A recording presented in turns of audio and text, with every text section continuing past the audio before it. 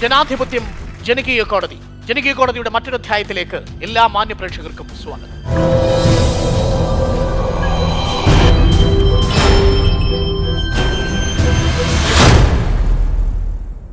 ജനകീയ കോടതിയിൽ sister Lucy കളപ്പുരയും Kennedy കരിമ്പിൻകാലയുമാണ്.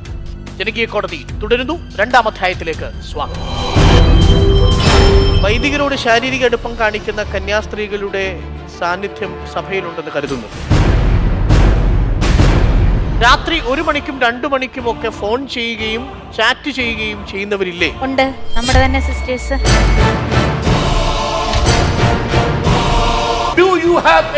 സാമ്പത്തികത്തിന് എന്ത് എവിഡൻസ് ഉണ്ട്? ഇദ്ദേഹം കന്യാസ്ത്രീകളുടെ കൂട്ടത്തിലായിരുന്നു.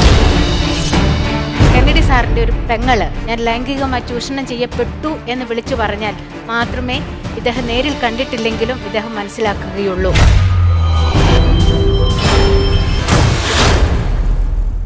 കെന്നഡി സാറ് പുറത്ത് നിന്നുകൊണ്ട് സന്യാസത്തെ അവരുടെ കയ്യക്ഷരത്തിന്റെ പേരിൽ പറയുന്നയാളാ. നമ്മൾ അകത്ത് ജീവിക്കുന്നയാളാ. അതുകൊണ്ട് അകത്ത് ജീവിക്കുന്നയാളാണ് ശരിക്കുള്ള കാര്യം പറയുന്നത്. മറ്റത് ആരെയൊക്കെ തൃപ്തിപ്പെടുത്താൻ വേണ്ടി എന്തൊക്കെയോ വിളിച്ചു പറയുന്നു. ഈ ഇദ്ദേഹത്തിനാണോ എനിക്കാണോ സന്യാസ ജീവിതം, സന്യാസ ആശ്രമത്തിനുള്ളിലെ ജീവിതം അറിയാവുന്നത്? ഉത്തരം പറ. തീർച്ചയായിട്ടും സന്യാസ ജീവിതം നയിക്കുന്ന നിങ്ങൾക്ക് തന്നെയാവും സന്യാസ ജീവിതത്തെ. അങ്ങനെയാണെങ്കിൽ ഇദ്ദേഹത്തോട് ഞാൻ സ്നേഹപൂർവ്വം പറയുന്നു, വേറെ ഒന്നും കൊണ്ടും അല്ല പറയുന്നത്. ഇദ്ദേഹം കത്തോലിക്ക സഭയുടെ കാര്യങ്ങളെ കുറിച്ച് നിങ്ങൾ പറയരുത്. ഇല്ല പറയുന്നില്ല. ഓൾട്ടർ പോയി മുതൽ കയറി വന്നാണ്. ആയിക്കോട്ടെ. അതുകൊണ്ട് അത് പഠിപ്പിക്കണ്ട. പക്ഷെ അത് പഠിപ്പിക്കുന്നില്ല. സന്യാസ ജീവിതത്തെ കുറിച്ച് പറഞ്ഞു പറയാം. ഇദ്ദേഹം ഒരു പുരുഷനാണല്ലോ.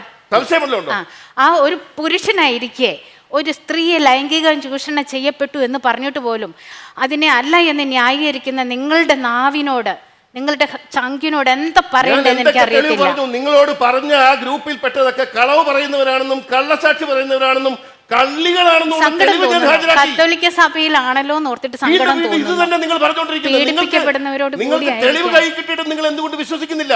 തെളിവ് ഒരു തെളിവുമില്ലാതെ ബിഷപ്പ് ഫ്രാങ്കോയുടെ നേരെ നിങ്ങൾ കൈ ചൂണ്ടുമ്പോ ഞാൻ തിരിച്ചു പറയുന്നു, അച്ഛനാകുന്നതിന് മുമ്പ് ഇവർക്ക് പൊട്ടൻഷ്യൽ ടെസ്റ്റ് നടത്താറില്ലേ?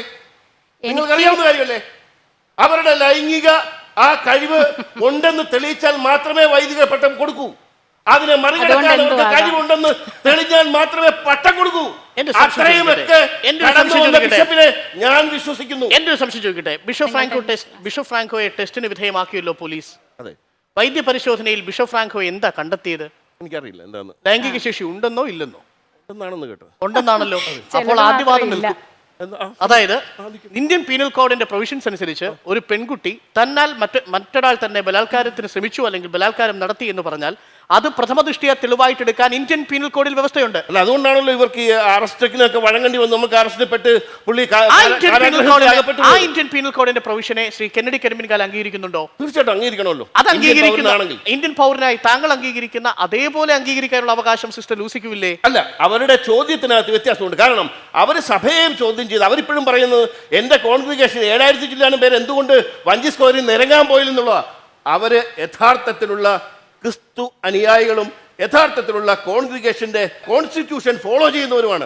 താങ്കൾ അതിനെയൊക്കെ മറികടന്ന് താങ്കൾ അതിനെ ചോദ്യം ചെയ്ത് എന്റെ കവിത എന്തുകൊണ്ട് പ്രസിദ്ധീകരിക്കാൻ അനുവദിക്കുന്നില്ല, എന്തുകൊണ്ട് എനിക്ക് കാർ മേടിക്കാൻ അനുവദിക്കുന്നില്ല, എന്റെ തോന്നിയാസത്തിന് എന്തുകൊണ്ട് അനുവദിക്കുന്നില്ല, എന്റെ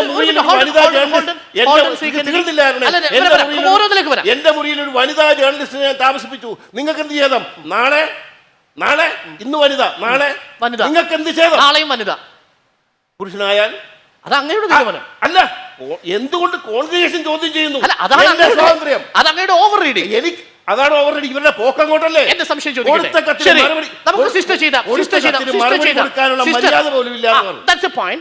അതിന് മറുപടി സിസ്റ്റർ തരണം.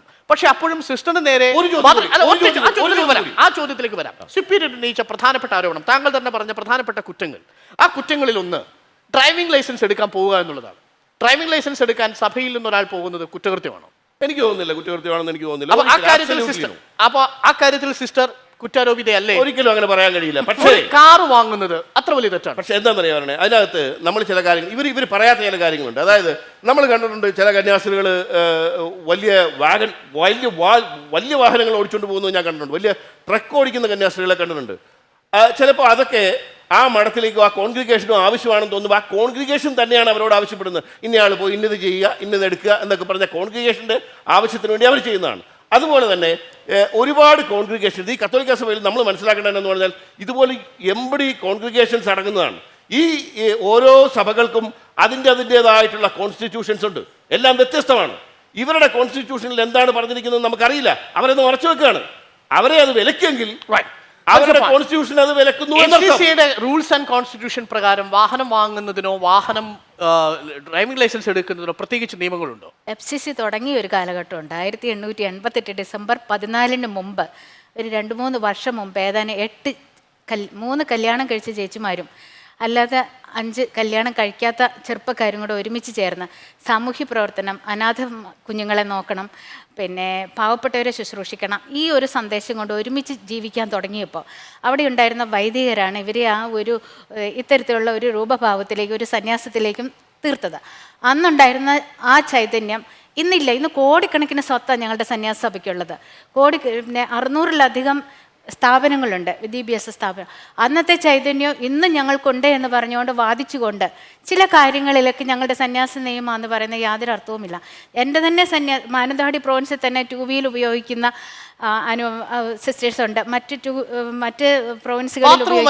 ശ്രീ കെന്നഡി കരിമൻകാലയിൽ ഒരു ഉത്തരവാദിത്തപ്പെട്ട കത്തോലിക്ക വിശ്വാസി എന്ന നിലയിൽ ശ്രീ കെന്നഡി കരിമൻകാല ഇത്തരത്തിലുള്ള കോൺഗ്രിഗേഷനുകളിൽ കാലഹരണപ്പെട്ട നിയമങ്ങൾ മാറണമെന്ന് ആവശ്യപ്പെടേണ്ട ആളല്ലേ?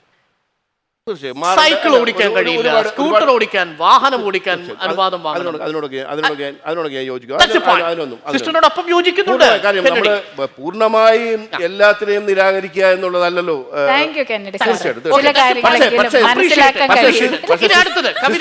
സിസ്റ്ററിന് പറ്റുന്ന എന്താണെന്നറിയാമോ? എനിക്ക് പറ്റുന്നൊക്കെ എനിക്ക് കൃത്യമായിട്ട് അറിയാം. നല്ല ബോധ്യത്തോട് കൂടി സിസ്റ്ററിന് പറ്റുന്ന എന്താന്ന് പറഞ്ഞാൽ ഇത് സമൂഹത്തിൽ പറയുകയോ അല്ലെങ്കിൽ മാധ്യമങ്ങളോട് പറയുമ്പോഴല്ലോ നമ്മുടെ സഭയ്ക്കുള്ളിൽ ഇത്തരം മാറ്റങ്ങൾ വരിക. അതങ്ങനെ മാറില്ല എന്നും സിസ്റ്റർക്ക് അറിയാം. അപ്പൊ സിസ്റ്ററിന്റെ ഉദ്ദേശശുദ്ധിയാണ് അവിടെ ചോദ്യം ചെയ്യപ്പെടുന്നത്. കന്നഡി സാറേ, ഇന്ന് ഞങ്ങൾ ഭൂരിപക്ഷം പേർക്ക് smart phone in the pocket or in the hand, കയ്യിൽ അല്ലെങ്കിൽ പോക്കറ്റിലുണ്ട്. 80 കഴിഞ്ഞ സിസ്റ്റേഴ്സിന് വരെയുണ്ട്. പണ്ടുണ്ടായിരുന്നോ? ഇല്ല. പിന്നെ ഞങ്ങളുടെ മടങ്ങളെല്ലാം ടൈൽസ് ഇട്ട് നല്ല സൂപ്പറായിട്ടിരിക്കുന്നു. പണ്ടുണ്ടായിരുന്നോ? ഇല്ല. അങ്ങനെ എന്തെല്ലാം മാറ്റങ്ങൾ ഇവിടെ നടന്നുകൊണ്ടിരിക്കുന്നു.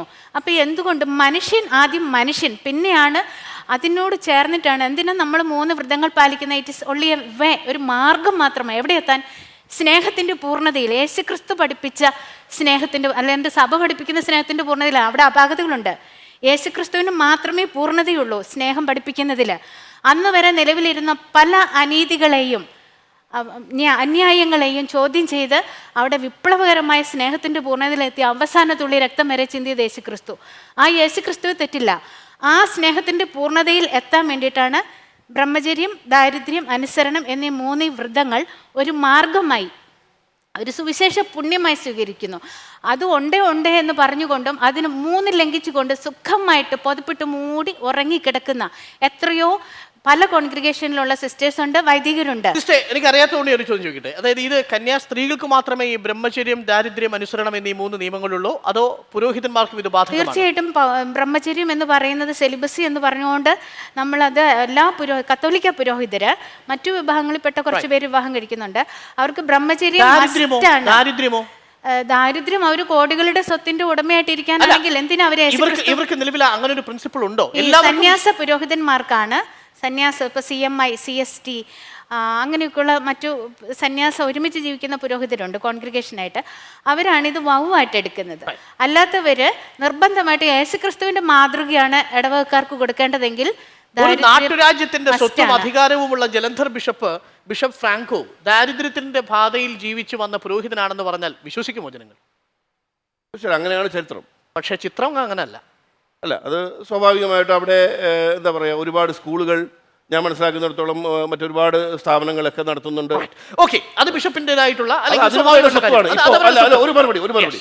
ഇപ്പോ ബിഷപ്പ് ഫ്രാങ്കോ അല്ല ഇപ്പോൾ ആ സ്ഥാനത്ത്, അവിടെ ഒരു അഡ്മിനിസ്ട്രേറ്റർ വെച്ചിട്ടുണ്ട്. ഇപ്പോൾ ആ സ്വത്ത് കൈകാര്യം ചെയ്യുന്ന ഓഫ് കോഴ്സ് അഡ്മിനിസ്ട്രേറ്റർ ആയിരിക്കും.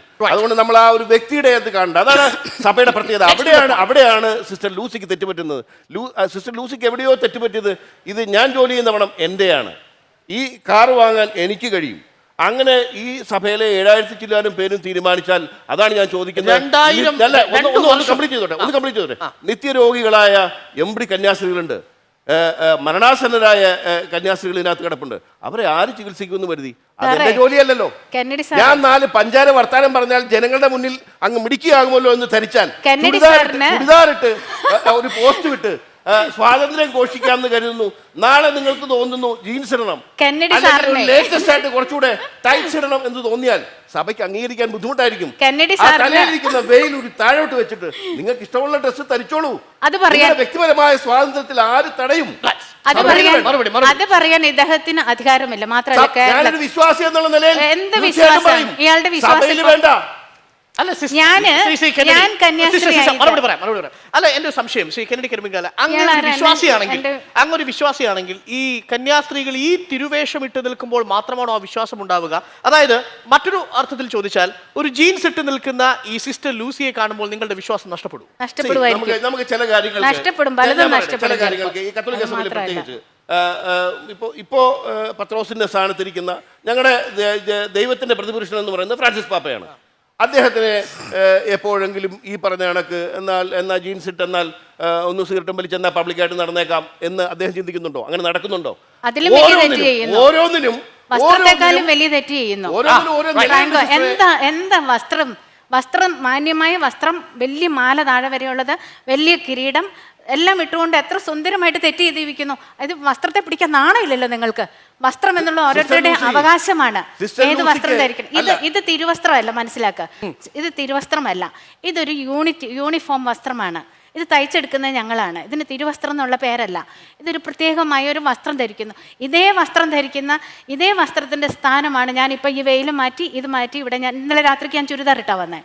ചുരിദാറിട്ട് നിങ്ങൾ എന്നെ കാണുകയും ചെയ്തു. ഞാൻ അവിടെ കയറി വന്നപ്പോൾ നിങ്ങൾക്ക് എന്നെ കണ്ടിട്ട് തോന്നിയത് സാറേ, ഒരു കാര്യത്തിലും നമ്മൾ മർക്കട മുഷ്ടി. ഇപ്പം ഇയാളെ പറയുമ്പോൾ, ഫ്രാങ്കോയെ പറയുമ്പോൾ എന്തൊരു വ്യക്തിത്വം, എന്തൊരു മാന്യത, എന്തൊരു സംസ്കാരം. ലൂസി എന്ന് പറയുമ്പോഴത്തേക്ക് കടിച്ചു കയറാൻ വരുന്നുണ്ടല്ലോ. എന്തുകൊണ്ട് ഒരു മാന്യനായ വ്യക്തി, സോറി കേട്ടോ ഞാൻ അങ്ങനെയൊന്നുമല്ല പറയുന്നത്, ക്ഷമിക്കണം. അപ്പം അത് പ്രയോഗത്തിൽ ശരിക്കും പറഞ്ഞാൽ 2 തട്ടും നമ്മൾ പിന്നെ ഏതെങ്കിലും കോടതി ചെന്ന് നോക്കുക, കോടതിയിൽ 2 തട്ടും ഒരുപോലെ വീക്ഷിക്കുന്നു. അതേപോലെ ഒരു വീക്ഷണക്കുറവ് നിങ്ങൾക്കുണ്ട്. അതുകൊണ്ടാണ് നിങ്ങൾ എൻ്റെ മേലെ വ്യക്തിപരമായിട്ട് ഇത്തരത്തിലുള്ള ആക്ഷേപങ്ങൾ. ഞാനിവിടെ ഒന്നും എനിക്ക് വേണ്ട. എൻ്റെ വണ്ടി മഠത്തിൽ ഞാൻ എൻ്റെ അധികാരികൾക്കാണ് കൊടുത്തിരിക്കുന്നത് അതിൻ്റെ നിയോഗങ്ങൾ എന്തൊക്കെയാണെന്നുള്ളത്. നിങ്ങൾക്കൊന്നും അറിഞ്ഞുകൂടാത്ത കാര്യത്തിനെ ദൂരെ ഇരുന്ന് നിങ്ങൾ വിമർശിക്കുക. ഇത് തന്നെയാണ് ഇപ്പോൾ ഉണ്ടല്ലോ പുസ്തകം, എല്ലാവരും പുസ്തകം എഴുതുക. സഭയിൽ എഴുതുന്നവരുണ്ട്, അവർക്ക് അനുവാദമുണ്ട്. എന്തുകൊണ്ട് എനിക്ക് നിഷേധിക്കുന്നു? താങ്കൾ ഒരു പെങ്ങളായിട്ട് കണ്ടു പറഞ്ഞേ. നമ്മുടെ ബിഷപ്പ് ഫ്രാങ്കോയ്ക്കെതിരെ ഇപ്പോൾ FIR നിലവിലുണ്ട്, അന്വേഷണം നടക്കുന്നു. കേസ് ഡയറി ഉടൻ സബ്മിറ്റ് ചെയ്യുമെന്ന് കരുതുന്നു. ആ കേസ് മുന്നോട്ട് പോകും. സിസ്റ്റർക്ക് ഓർമ്മയുണ്ടോ, സിസ്റ്റർ കണ്ടോ എന്ന് എനിക്കറിയില്ല. ഈ ലോകം അംഗീകരിക്കുന്ന, കേരളീയരെങ്കിലും അംഗീകരിക്കുന്ന, പലതവണ MP ആയിട്ടുള്ള, വക്കീലായിട്ടുള്ള, സമൂഹത്തിൽ നിന്നുള്ള മാന്യതയുള്ള അഡ്വക്കേറ്റ് സെബാസ്റ്റ്യൻ പോൾ അടക്കം, XMP അടക്കം പറഞ്ഞു, ഈ കേസ് കോടതിയിൽ 2ാമത്തെ ദിവസം ചീട്ടുകീറിപ്പോവും. നിങ്ങൾക്കതൊന്നും കാണാനോ കേൾക്കാനോ കഴിയുന്നില്ല. ഈ കേസ് കോടതിയിൽ മുന്നോട്ട് പോയി അദ്ദേഹം നിരപരാധിയാണെന്ന് തെളിഞ്ഞാൽ താങ്കളുടെ നിലയെക്കുറിച്ച് ചിന്തിച്ചിട്ടുണ്ടോ? എന്റെ നിലയോ? മറ്റേ കന്യാസ്ത്രീകളെ വിട്. മറ്റു കന്യാസ്ത്രീകൾ അവരെ കുറിച്ച് അവരാരൊക്കെ വ്യക്തമായി പറഞ്ഞു. കെന്നഡി ചോദിക്കുന്ന ഇതാണ്, ബിഷപ്പ് കുറ്റവിമുക്തനായി തിരിച്ചു വരുന്നു എന്ന് കരുതുക. അങ്ങനെ വന്നാൽ ഈ FB പോസ്റ്റുകൾ പിൻവലിക്കുമോ? ചെറിയ ചെമ്പരത്തി വെച്ച് ഓടേണ്ടി വരും. അല്ല സാറേ, സംശയമുണ്ടോ? അങ്ങനെയാണെങ്കിൽ കേസെടുത്ത പോലീസുകാരൻ പോണ്ടേ? കേസെടുത്ത പോലീസുകാരൻ അല്ല, ഈ നാട്ടില് അങ്ങനെ അന്വേഷണ കാര്യങ്ങളൊക്കെ വരും. അതാണ് ജോലി. ജോലിയല്ല. സാറ് സ്വപ്നം കണ്ടോ? കെന്നഡി സാറ് അത്തരത്തിലുള്ള സ്വപ്നം കണ്ടു. ബിഷപ്പ് ഫ്രാങ്കോ നിരപരാധിയാണെന്ന് കോടതി ഉത്തരവ് മേടിച്ചു കഴിയുമ്പോ ഞാൻ കാണാൻ വരും. സിസ്റ്റർ ചുണക്കുട്ടിയായിട്ട് ഞാൻ വരും. Appreciate the boldness. Yes, appreciate the boldness. Yes. അദ്ദേഹത്തിന് ശിക്ഷ വാങ്ങി കൊടുക്കുന്ന ഒന്ന് കാണിച്ചു തരണം. നിങ്ങളെ കോടതിയെ ഇതുപോലുള്ള പരിപാടികൾ അടക്കം, കോടതി അടക്കം, ഇതുപോലുള്ള നിയമവിദഗ്ധരടക്കം കണ്ടുകൊണ്ടിരിക്കുകയാണ്. ഞാനിപ്പോ ഈ പറഞ്ഞത് ഈ കന്യാസ്ത്രീകളുടെ വിശ്വാസ്യത എത്രത്തോളം ഉണ്ടെന്ന് എല്ലാവർക്കും ബോധ്യപ്പെട്ടു കഴിഞ്ഞു. അവരുടെ വാക്കുകളെ ഇനി ആര് വിശ്വസിക്കും? എന്റെ സിസ്റ്ററെ, അവരെ എങ്ങനെ കണക്കിലെടുക്കാൻ കഴിയും? നോക്കൂ, സിസ്റ്റർ പോലെ 33 വർഷം സഭയുടെ ഉള്ളിൽ ജീവിച്ച ഒരാൾ, അതിൽ തന്നെ പല ഘട്ടങ്ങളിലും വ്യക്തിപരമായ അനുഭവങ്ങളിലൂടെ തീച്ചുള്ളിലൂടെ കടന്നുപോയ ഒരു സിസ്റ്ററാണ്. ആ സിസ്റ്റർ കടന്നുപോയ അനുഭവങ്ങളിൽ ഇത്തരത്തിലൊരു ബിഷപ്പിനെതിരെ ഒരു കന്യാസ്ത്രീ ആരോപണം ഉന്നയിക്കണമെങ്കിൽ തൻ്റെ ജീവിതത്തിന്റെ പരിസരത്തൂടെ കടന്നു വന്ന ഒരു സ്ത്രീ എന്ന നിലയിലുള്ള ഒരു ഐക്യപ്പെടലാണ്, ആ മനസ്സിന്റെ ഐക്യപ്പെടലാണ് സിസ്റ്ററിനെ കൊണ്ടത് പ്രേരിപ്പിച്ചത്. ബിഷപ്പ് ഫ്രാങ്കോ സിസ്റ്ററിനെ അറിയില്ല, ബിഷപ്പ് ഫ്രാങ്കോയെ തകർത്ത് ജലന്ധർ ബിഷപ്പിന്റെ പദവി സ്വന്തമാക്കാൻ ആഗ്രഹിക്കുന്ന ഒരാളല്ല ഈ സിസ്റ്റർ. തീർച്ചയായിട്ടും ഈ സിസ്റ്ററിന്റെ ആ കന്യാസ്ത്രീ അറിയില്ല, അനുപമയെ അറിയില്ല. ഏതെങ്കിലും തരത്തിൽ ഒരു ഇരയാക്കപ്പെട്ട ഒരു കന്യാസ്ത്രീക്കൊപ്പം നിൽക്കാൻ മനസ്സ് കൊതിച്ചിട്ടുണ്ടെങ്കിൽ ആ മനസ്സ് ഇവരുടെ അനുഭവങ്ങളുടെ സൃഷ്ടിയാണെന്ന് വിശ്വസിക്കാൻ കെന്നഡിക്ക് കഴിയാത്തത് എന്തുകൊണ്ടാണ്? ഞാൻ മുമ്പേ പറഞ്ഞ സംശയം, കോടതി, ബഹുമാനപ്പെട്ട കോടതിയുടെ അതേ സംശയം. 7000 ചില്ലാനം പേരുള്ള ഈ FCC കോൺഗ്രിഗേഷനിൽ താങ്കൾക്ക് മാത്രം എന്താ ഈ 2 പിരി അടക്കം? എന്താ കുഴപ്പം? എനിക്ക് എന്തുകൊണ്ട് താങ്കൾക്ക് മാത്രം എന്താണ് ഇത്തരം ഒരു കാഴ്ചപ്പാട്? താങ്കൾക്ക് മാത്രം എന്താ ഒരു മഞ്ഞക്കണ്ണട? ബാക്കി ആർക്കും ഇല്ലാത്തത് എന്താണ്? എന്തുകൊണ്ട് താങ്കളുടെ കൂടെയുള്ള കന്യാസ്ത്രീകൾ അവർ പിഴയാണെന്ന് പറയുന്നുണ്ടോ? എല്ലാവരും സാറ് മനസ്സിലാക്കുക. സാറ് വെറുതെ വൈകാരിക വിസ്ഫോടനം നടത്താതെ ഞാൻ പറയാം, അവിടെ അടങ്ങ്. വളരെ വ്യക്തം. സാർ അവിടെ അടങ്ങ്. 7 ലക്ഷത്തിൽ ഒരാൾ ഒഴിച്ച് മനസ്സിലായി. അതിന് മറുപടി പറയാൻ അനുവദിക്കുക. ഈ ലോകത്ത് ഒരാളും ഒരാളെ പോലെയല്ല. ആദ്യം അത് മനസ്സിലാക്കണം. 7033 പേരും ഒരേ വസ്ത്രം ധരിച്ചു എന്ന് വിചാരിച്ചുകൊണ്ട് 7033 പേരും ഒരേ തെറ്റിന് സമ്മതം കൊടുക്കാൻ ബാധ്യസ്ഥരല്ല. എവിടെ ശരിയുണ്ടോ ചിലപ്പോൾ ഒരാളായിരിക്കും ശരിക്കു വേണ്ടി വാദിക്കാൻ വരുന്നത്. ഇത്രയും കന്യാസ്ത്രീകൾ, ഏതാനും കന്യാസ്ത്രീകൾ അവർ തെറ്റാണെന്ന് വിചാരിക്കുക. എന്നാലും തെരുവിലിറങ്ങി നിന്നപ്പോൾ അവരുടെ അടുത്തുനിന്ന് പോയി വേറെ ഒന്നും അല്ല ചെയ്തത്. അവരുടെ അടുത്തുനിന്ന് പോയി മക്കളെ നിങ്ങൾ കൂടെ ഉണ്ടെന്ന് പറയണം. ഈ FCCക്ക് ഈ പഞ്ചാബിലെ ഈ സിസ്റ്റേഴ്സുമായിട്ട് ഫ്രാങ്കോയായിട്ടും ബന്ധമുണ്ടെന്ന് ഈ കഴിഞ്ഞ ദിവസങ്ങളിലാണ് ഞാൻ അറിഞ്ഞത്. അങ്ങനെയായിരുന്നെങ്കിൽ തീർച്ചയായിട്ടും മുഴുവൻ 7030 നിങ്ങൾ എണ്ണുന്നുണ്ടല്ലോ, 7034 പേരും വഞ്ചി സ്ക്വയറിൽ വന്ന് FCC ചൈതന്യം തെളിയിക്കണമായിരുന്നു. ഈ പാവപ്പെട്ട ഞാനല്ലായിരുന്നു അവിടെ എത്തേണ്ടിയിരുന്നത്. അതുകൊണ്ട് ഒരു മിനിറ്റ്, അതുകൊണ്ട് നിശബ്ദത എന്റെ തെറ്റല്ല തിരുത്തണ്ടേ. താങ്കളുടെ ലോകം മറിക്കാൻ നോക്കാൻ താങ്കളുടെ ഭാഗത്ത് വ്യക്തതയില്ല, ചോദിക്കുന്നതിനൊന്നും ക്ലിയറായ ഉത്തരവില്ല. താങ്കൾക്ക് മനസ്സിലാകാത്തത് താങ്കളുടെ പാത തെറ്റാണ്. താങ്കൾ സഭയിൽ നിൽക്കണമെന്ന് തന്നെ ഞാൻ ആഗ്രഹിക്കുന്നു. കാരണം ഞാൻ മനസ്സിലാക്കുന്നിടത്തോളം താങ്കൾക്ക് ഈ കാര്യങ്ങളൊക്കെ ഇങ്ങനെ പറയുന്നുണ്ടെങ്കിലും ഒരു ശുദ്ധഗതിക്കാതെയാണെന്ന് എനിക്ക് തോന്നുന്നു സംസാരത്തിൽ.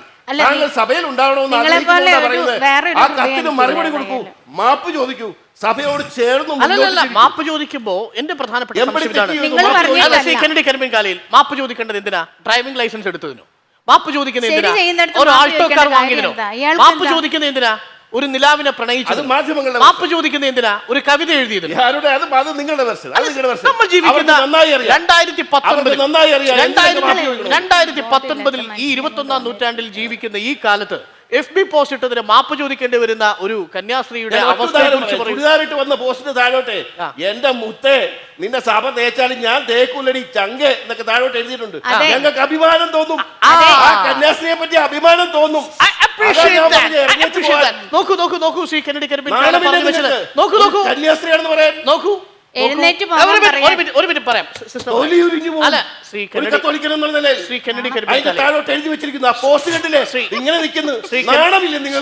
കെന്നഡി കരിമ്പിൻകാലയിൽ നോക്കൂ, ആ പോസ്റ്റിനു താഴെ അത്തരത്തിലൊരു വൾഗറായ കമന്റ് ഇട്ട ആളാണോ മാപ്പ് പറയേണ്ടത്? ആ പോസ്റ്റ് ഇട്ട സിസ്റ്റർ ആണോ മാപ്പ് പറയേണ്ടത്? അത്തരം ഒരു പോസ്റ്റിന് ഇടയാക്കിയ ഇവരാണ് എന്റെ കാഴ്ചപ്പാടിൽ. അതാണ് ലൈൻ. ഇവരുടെ തെറ്റല്ലേ അതിന് കാരണം. നോക്കൂ ഒരു പെൺകുട്ടി മാത്രമേ ഇവർ ഒറ്റ വ്യക്തി മാത്രമേ സഭയ്ക്ക് കളങ്കം വരുത്തുന്നുള്ളൂ. ശ്രീ കെന്നഡി ഒരു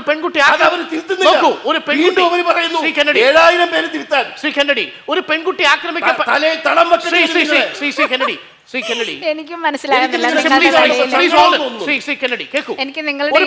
ആക്രമിക്കപ്പെടണമെങ്കിൽ ആ പെൺകുട്ടി ഒരു ജീൻസ് ധരിച്ചിരിക്കണം എന്ന് പറയുന്ന ഉത്തരേന്ത്യയിലെ പഴയ ബാബാ ദേവുകളെക്കാൾ എത്ര ക്രൂരമായൊരു ഭാഷയാണ് അങ്ങ് ഇപ്പോൾ പറഞ്ഞത്. ഇവർ വസ്ത്രം ധരിക്കുന്നത് കൊണ്ട് കണ്ണിനോ ശരീരത്തിനോ കാമന തോന്നുന്ന ഒരു പുരുഷനുണ്ടെങ്കിൽ അത് ആ പുരുഷന്റെ കുഴപ്പമാണ്, അത് ഇവരുടെ കുഴപ്പമല്ലെന്ന് മനസ്സിലാക്കുന്ന സാമാന്യബോധം താങ്കൾക്കില്ല. അതൊക്കെ ശരി. അങ്ങനെയാണെങ്കിൽ താങ്കളുടെ മകൾ കാണേണ്ടത് ഞാൻ ഒരു എന്താ പറയാ, ഇവർക്ക് മനസ്സിലാവില്ല. ഈ വസ്ത്രത്തിൽ ഇരിക്കുമ്പോൾ ഇവർക്ക് കിട്ടുന്ന ബഹുമാനവും ഞങ്ങൾ കാണുന്ന കാഴ്ചപ്പാടും ഇവർക്ക് മനസ്സിലാകുന്നില്ല. വസ്ത്രം മാറിയാൽ ബഹുമാനം നഷ്ടപ്പെടും. ഞാൻ പറഞ്ഞു തരാം, ഈ വസ്ത്രം ആ വസ്ത്രത്തിന് അതിന്റെ പവിത്രതയുണ്ട്. ആ വസ്ത്രത്തിൽ അവർ കയറി വന്നാൽ ആരോട് ശ്രദ്ധിച്ചോളൂ, ഒരു ലൈൻ ബസ്സിൽ ഒരു ബസ്സിൽ കയറി ചെന്നാൽ ഈ വസ്ത്രത്തിൽ അവർ കയറി വന്നാൽ ആരും എഴുന്നേറ്റ് സീറ്റ് കൊടുക്കും. അത് ഇവരുടെ വ്യക്തിത്വം കൊണ്ടല്ല. ആ കത്തോലിക്ക സഭ 12,000 വർഷമായിട്ട് ഉണ്ടാക്കി വെച്ചിരിക്കുന്ന ആ നന്മയും ആ വസ്ത്രത്തോടുള്ള ബഹുമാനവുമാണ് അതിന് കാരണമെന്ന് ഇവർക്ക് എന്ന് മനസ്സിലാവും. ഈ വസ്ത്രം ആ വസ്ത്രത്തെ പുച്ഛിക്കുമ്പോൾ മറുപടി തരാം. ഒരു ചോദ്യം കൂടി. ശ്രീ കെന്നഡി കരിമ്പിൻകാലയിൽ ഈ വസ്ത്രം ഉരിഞ്ഞു വെച്ചാൽ ആ വിശ്വാസതയും ബഹുമാനവും പോകുമെങ്കിൽ സഭ തന്നെ വസ്ത്രത്തിലിരിക്കുന്ന പ്രസ്ഥാനമാണെന്ന് പറയേണ്ടി വരില്ലേ? എന്ന് ഞാൻ പറഞ്ഞില്ലല്ലോ. എന്ന് വെച്ചാൽ വസ്ത്രം മാറിയാൽ വിശ്വാസം വസ്ത്രത്തിനുള്ളിലിരിക്കുന്ന ആളുടെ ആത്മാവല്ലേ പ്രധാനം? ആ വസ്ത്രത്തിന് അതിൻ്റെതായിട്ടൊരു പാതിവൃത്തിയോ ഒരു ബഹുമാനം ഉണ്ടെന്ന് മാത്രമേ പറഞ്ഞുള്ളൂ. ഈ വസ്ത്രത്തിന് അകത്ത് കിടന്നുകൊണ്ട് ഏത് ജാളിതയും ചെയ്യുന്നതിന്റെ ഒന്നാമത്തെ പരസ്യമായ ഉദാഹരണമാണ് റോബിൻ, രണ്ടാമത്തെ പരസ്യമായ ഉദാഹരണമാണ് ഫ്രാങ്കോ. അങ്ങനെ അഴിഞ്ഞ് ചീഞ്ഞ് നാറി ഈ വസ്ത്രത്തിൽ കിടക്കുന്നതിനേക്കാളും നല്ലത് ഇപ്പോൾ ഒരു ചുരിദാർ കൊണ്ടുവന്ന ഇത് കൂരിക്കളഞ്ഞിട്ട് ആ ചുരിദാർ ഇടാൻ ഞാൻ അഭിമാനിക്കും. നിങ്ങൾക്ക് ഞാൻ പറയുന്ന കാര്യങ്ങൾ മനസ്സിലാക്കാൻ കഴിയുന്നില്ല. വസ്ത്രമല്ല പ്രധാനപ്പെട്ടത്. വസ്ത്രത്തിൽ ഇന്ന് സിസ്റ്റേഴ്സിനും വൈദികർക്കും എന്ത് ബഹുമാനം കിട്ടുന്നുണ്ടെന്നാണ് നിങ്ങൾ പറയുന്നത്. ഞങ്ങളിലെ ലൈൻ ബസ്സിൽ പോകുന്നത്, നിങ്ങളല്ലല്ലോ. അപ്പൊ വസ്ത്രമല്ല പ്രധാനം, വസ്ത്രമല്ല പ്രധാനപ്പെട്ടത്. നിങ്ങൾ എന്തെങ്കിലും ഒന്ന് മനസ്സിലാക്കുക. പ്രധാനം, സഭയല്ല പ്രധാനം. ഇതൊന്നും പ്രധാനമല്ലെങ്കിൽ ഞാൻ പറഞ്ഞത് സിമ്പിൾ അല്ലേ? തിരിച്ചെടുക്കുക. ഒന്ന് മാറിത്തരൂ. മാറിത്തരാൻ പറയാൻ ഇയാൾക്ക് അധികാരമില്ല. കാരണം സ്വതന്ത്ര മനസ്സോടെ എന്തിന് സമൂഹത്തിൽ ഞങ്ങളെ പരിഹാസ്യപാത്രമാക്കുന്നു? നിങ്ങൾ സ്വയം പരിഹാസ്യമാകുന്നത് എന്റെ ഉത്തരവാദിത്വം അല്ല. നിങ്ങൾക്കൊരു കാഴ്ചപ്പാടില്ല. വേറെ 7000 പേര് ചൊല്ലുവാനും പേര് വിട്ടിട്ടില്ല. ഇഷ്ടം പോലെ ഞാൻ ധൈര്യം സമ്മതിക്കും. അരുണിനെ പോലുള്ളവർ ഇവിടെ കവിത ഇട്ടയച്ച് സൂപ്പറാണെന്ന് പറഞ്ഞ് ഞാൻ അരുണിനെ കുറ്റം പറയല്ലോ. മാധ്യമങ്ങൾ സൂപ്പറാണെന്നൊക്കെ പറഞ്ഞപ്പോൾ തലയ്ക്ക് വെളിവുള്ള നിങ്ങളുടെ ധൈര്യം സമ്മതിച്ചിരിക്കുന്നു. നമുക്ക് ആ കവിത കേൾക്കണം. അതിനു മുമ്പ് ശ്രീ കെന്നഡി കരിമ്പിൻകാലയിൽ എന്റെ ഒരു സംശയം, ഈ ഫാദർ റോബിൻ ഇട്ടത് തിരുവസ്ത്രമല്ലേ? തീർച്ചയായും. പക്ഷെ ഫാദർ റോബിൻ ഇപ്പൊ എവിടെയാ? തുർക്കിലാണ്. എന്താ കാരണം? സന്തോഷം. വ്യക്തമായി തെറ്റ് ചെയ്തു, ശിക്ഷിക്കപ്പെട്ടു. വസ്ത്രം ഇട്ടതുകൊണ്ട് വസ്ത്രം അതുമായിട്ട് ബന്ധമില്ല. നമുക്ക് കവിത ഒന്ന് കാണണം. ആ കവിതയിലെ എവിടെയാണ് ശ്രീ കെന്നഡി കരിമ്പിൻകാലയ്ക്ക് അസ്വസ്ഥത ഉണ്ടാക്കുന്ന വരികൾ എന്ന് നമുക്കറിയാം. ശ്രീ കെന്നഡി കരിമ്പിൻകാലയിൽ അങ്ങനെ ഒരു ടൈറ്റിൽ കെന്നഡി കരിമ്പിൻകാലയ്ക്ക് അസ്വസ്ഥത ഉണ്ടാക്കുന്നില്ലല്ലോ. സ്നേഹമണി. ഒരിക്കലുമില്ല. സ്നേഹമണി. അല്ല, ഞാൻ ആ കവിത ചൊല്ലിയത് കേട്ടാ ഒരു ഒരു വീഡിയോ കണ്ടു ഞാൻ. എനിക്ക് അപ്പോഴാ സങ്കടം തോന്നി. ഞാൻ മറ്റൊരു ഒത്തിരി സങ്കടം തോന്നാതിരിക്കുന്നതായിരിക്കും നല്ലത്. അല്ല, അത് മറ്റാരെങ്കിലും കൊണ്ട്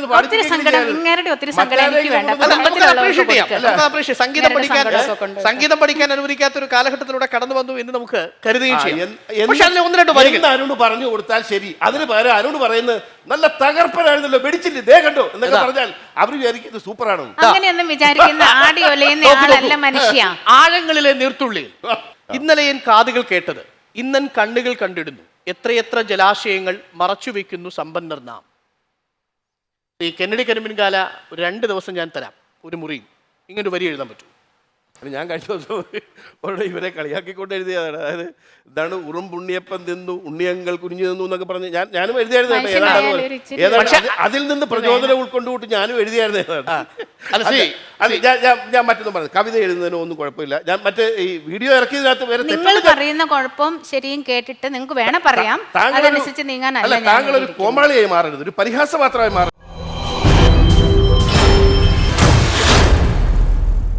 താങ്കൾ ഒരു കോമാളിയായി മാറരുത്, ഒരു പരിഹാസപാത്രമായി മാറരുത്.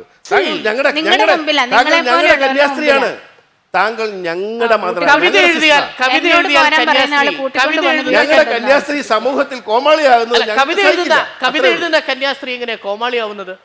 കവിത എഴുതുന്ന കന്യാസ്ത്രീ എങ്ങനെയാ കോമാളിയാവുന്നത്? പരസ്യമായിട്ടല്ലെങ്കിൽ രഹസ്യമായിട്ട് ഒറ്റയ്ക്ക് അനീതിക്കെതിരെ ഒറ്റയ്ക്ക് പടപൊരുതിയാൽ അങ്ങനെയാണെങ്കിൽ ആദ്യം കോമാളിയാവേണ്ടത് ആരാണ്? അതൊക്കെ ശരി. ആ വീഡിയോ ക്ലിപ്പ് വ്യക്തമായിട്ട് ഒന്ന് കണ്ടു നോക്കാം, അപ്പോഴത്തേക്ക് അറിയാൻ പറ്റും എങ്ങനെയുണ്ട്. ഞാനതിൽ തെറ്റൊന്നും കണ്ടില്ല. മാത്രവുമല്ല അത് കണ്ടാൽ സംഗീതം അഭ്യസിച്ച ഒരാളുടെ കവിതയായിട്ടല്ല നമ്മൾ ആസ്വദിക്കുന്നത്.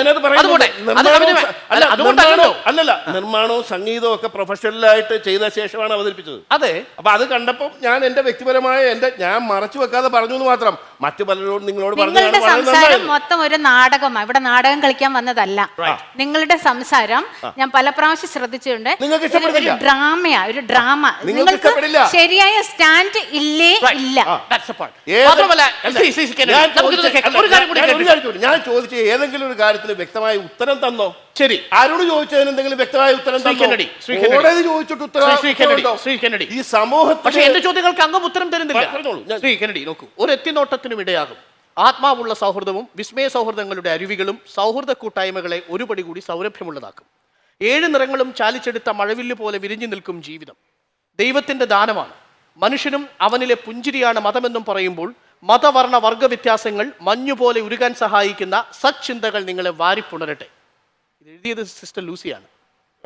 നല്ലതാണെന്ന് പറയണം. കൊള്ളാം, അത് കൊള്ളാമെന്ന് പറയാനും എനിക്കറിയാം. നിങ്ങളുടെ തരക്കേടുകളും നിങ്ങളുടെ അഭിനന്ദനവും നിങ്ങളുടെ സപ്പോർട്ട് ഈക്വൽ ഫോർ മീ. ബഹുമാനപ്പെട്ട മാഡത്തിന് ശ്രീ കെന്നഡിയോട് ചോദിക്കും. മിസ്റ്റർ കെന്നഡി, സിസ്റ്റർ പറഞ്ഞു ഭരണഘടനയ്ക്കും ഇവിടുത്തെ ഈ രാജ്യത്തിൻ്റെ നിയമത്തിനും അനുസരിച്ചാണ് ഏത് മതവും പ്രവർത്തിക്കേണ്ടത്. അത് അങ്ങയുടെ അഭിപ്രായം എന്താണ് അതിനെപ്പറ്റി?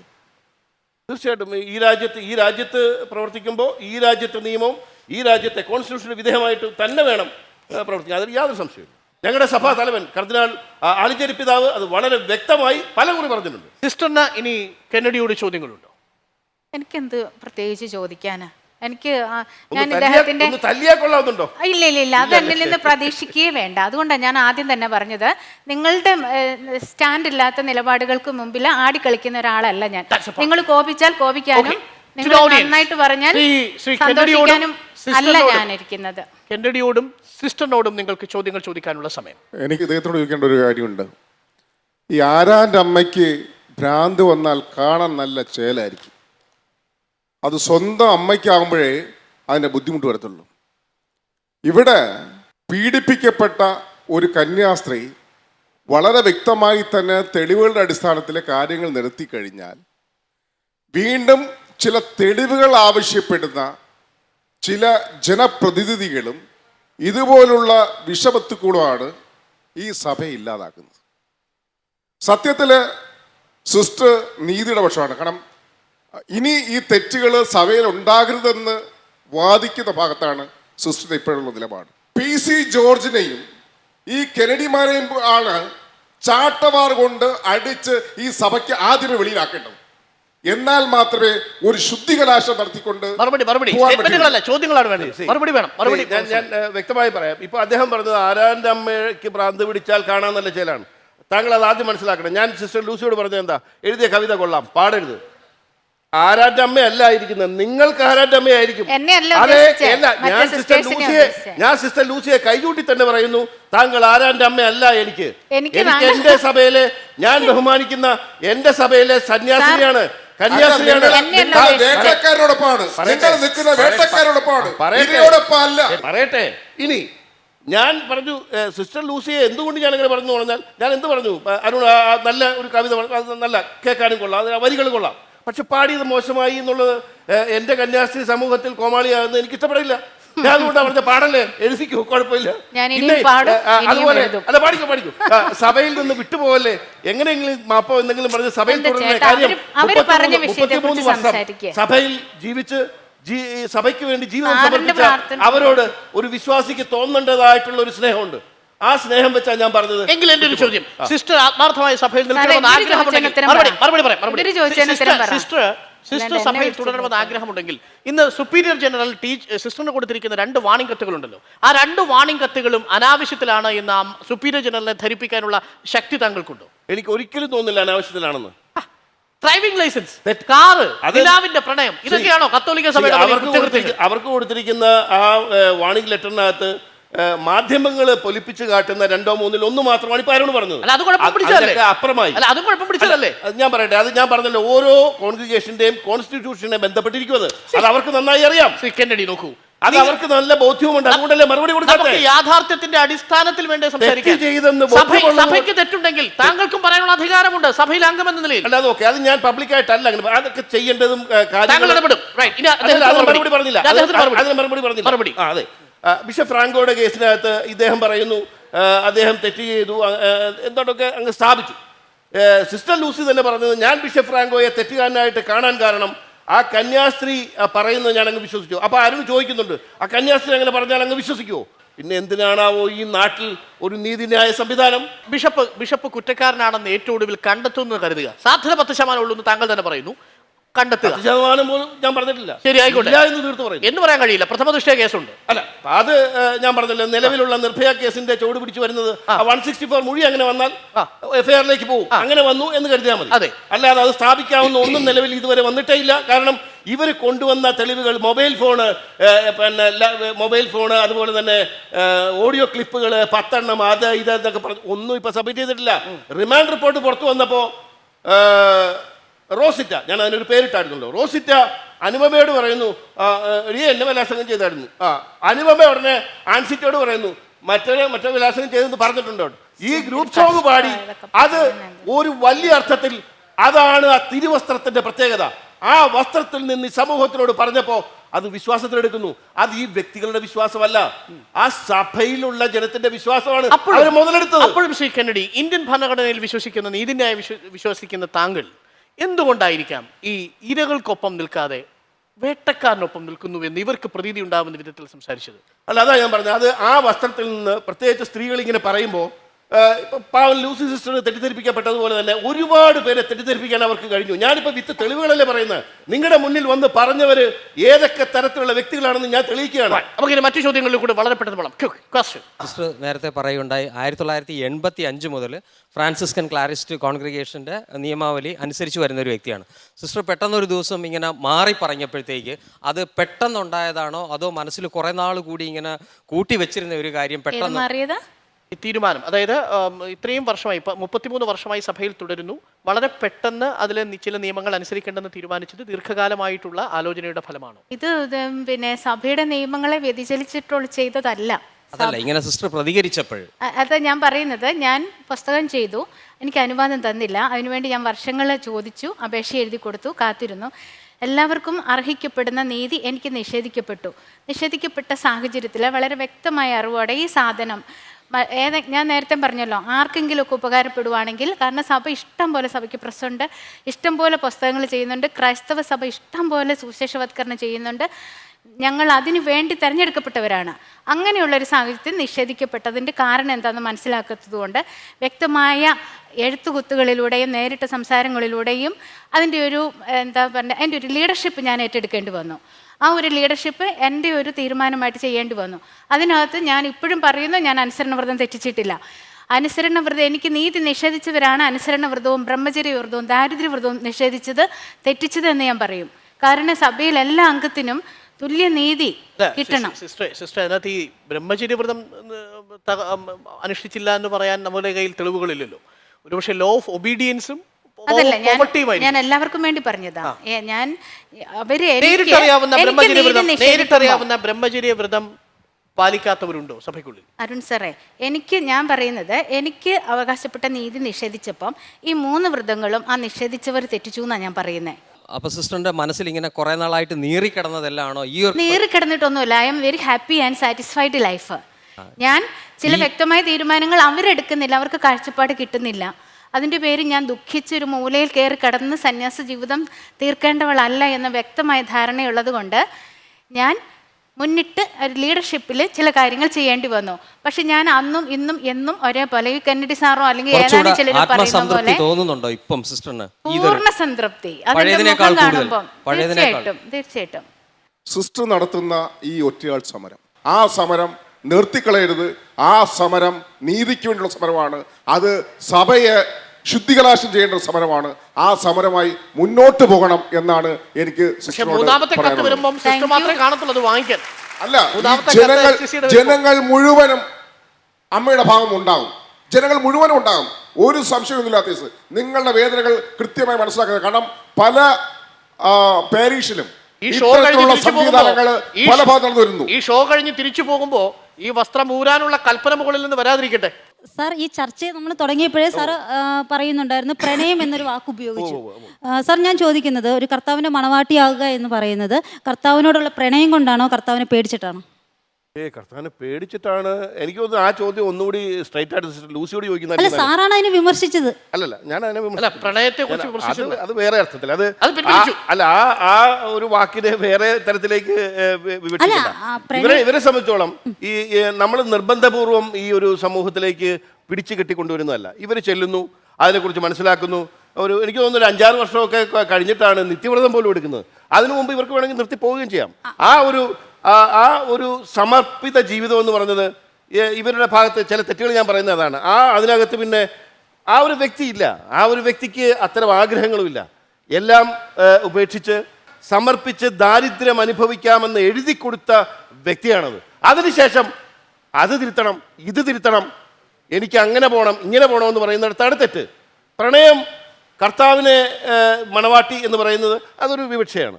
അത് ഇവരായി പ്രണയിക്കുന്നതാണ്. അത് വളരെ പവിത്രമായ ഒരു പ്രണയമാണ്. അതുകൊണ്ടാണ് ഒരു വിശ്വാസി എന്നുള്ള നിലയിൽ എൻ്റെ മുന്നിലിരിക്കുന്നത് ഞാൻ വിശ്വസിക്കുന്ന കർത്താവിൻ്റെ മണവാട്ടിയാണ്. ഞാനതാ പറഞ്ഞത്, എനിക്കൊരിക്കലും ആ സ്നേഹവും ബഹുമാനവും ഒരിക്കലും ഉള്ളിൽ നിന്ന് പോവില്ല. ഒരു മണ്ടരി അദ്ദേഹത്ത് പറ്റാൻ ഞാൻ ഇഷ്ടപ്പെടുന്നില്ല. അത് സ്നേഹം കൊണ്ടാ പറയണേ, അത് ആ അർത്ഥത്തിൽ മനസ്സിലാക്കണമെന്ന് മാത്രം. സാർ ഇപ്പൊ പറഞ്ഞ രീതി അനുസരിച്ച് ഇവർ ശരിക്കും ഒരു ചട്ടക്കൂടിനകത്ത് മാത്രമേ നിൽക്കാൻ പാടുള്ളൂ എന്നാണ് സാർ പറഞ്ഞത്. അല്ല, അവര് അങ്ങനൊരു പ്രതിജ്ഞ എടുത്ത് എഴുതി കൊടുത്തതാണ്. അതായത് ലോകത്തിന്റെ അതിർത്തികൾ വരെ സുവിശേഷം പ്രസംഗിക്കാൻ വേണ്ടി നിയോഗിക്കപ്പെട്ട ആളാണ് ഞാൻ. എന്റെ സന്യാസഭ അത് ചട്ടക്കൂടിനുള്ളിൽ ഇരിക്കാനുള്ളതല്ല, ലോകത്തിന്റെ അതിർത്തികൾ വരെ രണ്ടാം ക്രിസ്തു എന്നറിയപ്പെടുന്ന വിശുദ്ധ ഫ്രാൻസിസ് അസീസിയുടെ ചൈതന്യം കൊണ്ട് പോകാനുള്ള ആളാണ്. അല്ലാണ്ട് ഏതെങ്കിലും ഒക്കെ തടസ്സങ്ങളുടെ പേരില് സന്യാസ സഭയുടെ ചൈതന്യം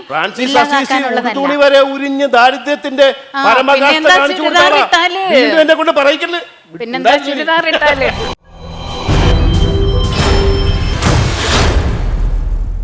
കത്തോലിക്ക സഭയെക്കുറിച്ച് വ്യക്തമായ ബോധവും ധാരണയും ഇല്ലാത്ത രീതിയിൽ ചർച്ച ചെയ്യാൻ പാടുള്ളതല്ല. ഇവിടെ പറയുന്ന ഒരു കാര്യം എന്ന് പറയുന്നത്, ബിഷപ്പ് ഫ്രാങ്കോ എന്തുകൊണ്ട് മിഷണറീസ് ഓഫ് ജീസസുമായി ബന്ധപ്പെടുന്നു എന്ന് പറഞ്ഞു കഴിഞ്ഞാൽ അതൊരു ഡയസീഷ്യൻ കോൺഗ്രേഷനാണ്. ഡയസീഷ്യൻ കോൺഗ്രേഷൻ എന്ന് പറയുമ്പോൾ അവിടുത്തെ ബിഷപ്പുമായി ബന്ധപ്പെട്ട് വരികയും ബിഷപ്പുമായി ബന്ധങ്ങൾ ഉണ്ടാവുകയും ചെയ്യുന്ന ഒരു കോൺഗ്രേഷൻ. അതിന് മദർ സുപ്പീരിയറായി ഇരിക്കുന്ന ആളായാലും പ്രൊവിൻഷ്യൽ ആളായാലും ബിഷപ്പായിട്ട് കോൺടാക്ട് ഉണ്ടാവും. പക്ഷേ FCC എന്ന് പറയുന്നത് ഒരു ഡയസീഷ്യൻ കോൺഗ്രേഷൻ അല്ല. FCC എന്ന് പറയുന്നത് ഒരു പൊന്തിഫിക്കൽ കോൺഗ്രേഷനാണ്. പൊന്തിഫിക്കൽ കോൺഗ്രേഷൻ ആകുമ്പോൾ അത് മാർപ്പാപ്പയുമായി നേരിട്ട് റോമുമായി ബന്ധപ്പെട്ട് വരുന്നേ ഉള്ളൂ.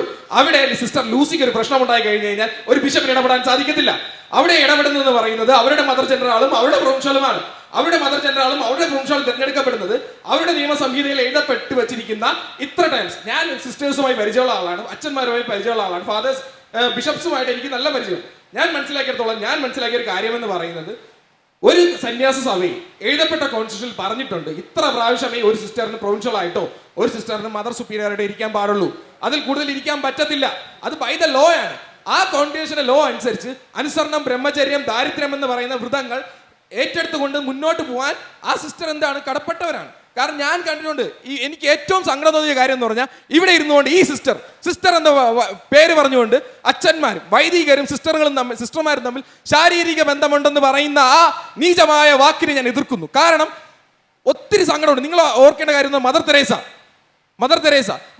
എന്ന് പറയുന്ന സിസ്റ്റർ എന്ന് പറയുന്നത്, മദർ തെരേസയുടെ ചരിത്രം വായിച്ചു നോക്കിയാൽ ആദ്യം അവർ ചെയ്ത കോൺഗ്രേഷൻ നിന്നല്ല, അവരുടെ കാരിസത്തോട്, ആ കോൺഗ്രേഷന്റെ കാരിസത്തോട് തുടർന്ന് പോകാൻ താല്പര്യമില്ലെന്ന് കണ്ടപ്പോൾ തന്നെ ആ സിസ്റ്റർ അവിടെ നിന്ന് പിന്മാറുകയും പിന്നെ പോയി കൊൽക്കത്തയുടെ രൂപതയിൽ ചെന്ന് ജോയിൻ ചെയ്യുകയും അവിടെ ഒരു കോൺഗ്രേഷൻ ഉണ്ടാക്കി ആ കോൺഗ്രേഷൻ ഡയസീഷ്യൻ കോൺഗ്രേഷൻ ആവുകയും പിന്നീട് ഈ കോൺഗ്രേഷൻ ലോകം മുഴുവനും പ്രവർത്തിക്കണമെന്ന ഒറ്റ കാഴ്ചപ്പാടുള്ളതുകൊണ്ട് മാർപ്പാപ്പ അതിനെ പൊന്തിഫിക്കൽ കോൺഗ്രേഷൻ ആക്കി. അങ്ങനെയാണ് ഒരു കോൺഗ്രേഷൻ പ്രവർത്തിക്കുന്നത്. അതുകൊണ്ട് മനസ്സിലാക്കണം. പിന്നെ ഈ സിസ്റ്ററിനോട് ചോദിക്കാനുള്ള ചോദ്യം, ആ ചോദ്യം മറുപടി സിസ്റ്റർ തരും. പക്ഷെ മറു ചോദ്യം, ഈ മാർപ്പാപ്പ ഇടക്കാലത്ത് ഒരു മാപ്പ് പറഞ്ഞല്ലോ, അതെന്തിനു വേണ്ടിയായിരുന്നു? മാർപ്പാപ്പ ഇടക്കാലത്ത് മാപ്പ് പറഞ്ഞത് സഭയിൽ തെറ്റുകൾ ഉണ്ടായിട്ടുണ്ട്. തെളിയിക്കപ്പെട്ട തെറ്റുകളാണ്. അല്ല തെളിയിക്കപ്പെട്ട തെറ്റുകളാണ്. തെളിവ്, നീതി, ന്യായം. ഇപ്പൊ ഞാൻ എക്സാമ്പിൾ പറയുകയാണെങ്കിൽ, കത്തോലിക്ക സഭയുടെ നിയമപ്രകാരം 18 വയസ്സും 21 അല്ല കല്യാണം കഴിക്കേണ്ട പ്രായം. കത്തോലിക്ക സഭയ്ക്ക് വേറൊരു പ്രായമാണ്. പക്ഷേ ഇന്ത്യയിൽ ഞാൻ വേദപാഠ ക്ലാസ്സിൽ പഠിച്ചിട്ടുള്ളത് ഇന്ത്യൻ നിയമപ്രകാരം 21 വയസ്സും 18 വയസ്സുമായിട്ടുള്ള ആൺ പെണ്ണിനെ മാത്രമേ കല്യാണം കഴിക്കാൻ പാടുള്ളൂ. അവിടെ കത്തോലിക്ക സഭ പറയുന്നില്ല, സഭയുടെ കാനോൻ ലോ പ്രകാരം നിങ്ങൾ പറയുന്ന നിയമം അനുസരിച്ചല്ല കല്യാണം കഴിക്കാൻ പാടുള്ളൂ എന്ന് പറയുന്നില്ല. ഇവിടെ മനസ്സിലാക്കേണ്ട കാര്യം എന്ന് പറഞ്ഞാൽ, എനിക്ക് പറയാൻ ഇത്രയേ ഉള്ളൂ. ഒരു സിസ്റ്റത്തിന്റെ ഭാഗമായി നിൽക്കുമ്പോൾ ആ സിസ്റ്റത്തിന്റെ കുറച്ച് നിയമങ്ങളുണ്ട്. ഞാനൊരു വിദ്യാർത്ഥിയാണ്, എൻ്റെ കോളേജിനോ അല്ലെങ്കിൽ എൻ്റെ യൂണിവേഴ്സിറ്റിക്ക് ഒരു ലോ ഉണ്ട്. സിസ്റ്റർ ഭാഗമായിരിക്കുന്ന കോൺഗ്രേഷന് ഒരു ലോ ഉണ്ട്, നിയമമുണ്ട്. കോൺഗ്രേഷൻ ചോദിക്കുമ്പോൾ അതിന് ഉത്തരം പറയേണ്ട ബാധ്യത സിസ്റ്ററിനുണ്ട്. അല്ലെങ്കിൽ ചെയ്യേണ്ട കാര്യം എന്ന് പറയുന്നത്, ഇവിടെ കോൺഗ്രേഷൻ വിട്ടുപോയ സിസ്റ്റേഴ്സ് ഉണ്ട്, അച്ഛന്മാരുണ്ട്. സിസ്റ്ററിന് വേണ്ടി ഒരു ചോദ്യം, അങ്ങനെയാണെങ്കിൽ 2 വർഷമായി ഡ്രൈവിംഗ് ലൈസൻസ് എടുക്കാൻ സുപ്പീരിയർ ജനറലോട് ആവശ്യപ്പെടുന്ന ഈ സിസ്റ്ററിന്റെ റിക്വസ്റ്റ് എന്തുകൊണ്ടായിരിക്കും പരിഗണിക്കപ്പെടാതെ പോയത്? അത് കോൺഗ്രേഷൻ ഇന്നർ മാറ്റർ ആണ്. ആ ഇന്നർ മാറ്ററിൽ 2 വർഷമായി നിന്നതിന് ശേഷം ടീച്ചർ പുറത്തു വന്നില്ല. അല്ല, ഞാൻ നോക്കൂ, FB പോസ്റ്റ് ഇട്ടില്ല, പിന്നെ പകരം മാറ്റി ഡ്രൈവിംഗ് ലൈസൻസ് silent എടുക്കാൻ ശ്രമിച്ചു, ഒരു വാഹനം വാങ്ങാൻ ശ്രമിച്ചു, സ്വന്തമായിട്ട് അധ്വാനിക്കുന്ന പൈസ ഉപയോഗിച്ചതിൽ ലോൺ എടുത്തു. ഞാൻ ചോദിക്കട്ടെ, ഞാൻ കേരള കത്തോലിക്ക സഭയുടെ ചരിത്രത്തിൽ, സന്യാസ സമൂഹങ്ങളുടെ ചരിത്രത്തിൽ ആദ്യമായിട്ടാണ് സിസ്റ്റർ കാർ വാങ്ങിച്ച് സ്വന്തമായിട്ട് ഓടിക്കുന്നത്. ആദ്യമായിട്ടായിരിക്കും ഒരു സമരപ്പന്തലിലും കാണുന്നത്. അല്ല സ്വന്തമായിട്ട് സമരപ്പന്തൽ എന്ന് ഞാൻ പറഞ്ഞില്ല. ഇവിടെ അല്ല, അതുകൂടെ പറയണല്ലോ. സമരം ചെയ്ത അച്ഛന്മാരുണ്ട്. ചിലത് മാത്രം. തോമസ് കൊച്ചേരി എന്ന് പറയുന്ന മത്സ്യത്തൊഴിലാളികൾക്ക് വേണ്ടി കേരളത്തില് ചരിത്രം നയിച്ച് സമരം നയിച്ച അച്ഛന്മാരുണ്ട്, വൈദികരുണ്ട്, സിസ്റ്റേഴ്സും ഉണ്ട്, എല്ലാവരും ഉണ്ട്. പക്ഷെ നിങ്ങൾ ആലോചിക്കേണ്ട കാര്യം എന്ന് പറയുന്നത്, ഈ വിഷയത്തിൽ കോൺഗ്രേഷന്റെ ഭാഗമായിരുന്നുകൊണ്ട് ഞാൻ ഒരു സിസ്റ്റർ ആണെന്ന് പറഞ്ഞുകൊണ്ട് മുന്നോട്ട് നിന്നുകൊണ്ട് ജനങ്ങളെ തെറ്റിദ്ധരിപ്പിക്കുന്ന രീതിയിൽ, വിശ്വാസത്തെ തെറ്റിദ്ധരിപ്പിക്കുന്ന രീതിയിൽ എന്തും വിളിച്ചു പറയാമെന്ന് പറയുന്ന നിങ്ങളുടെ ഈ നാലാംകിട വാക്കുകളാണ് ഞങ്ങൾ എതിർക്കുന്നത്.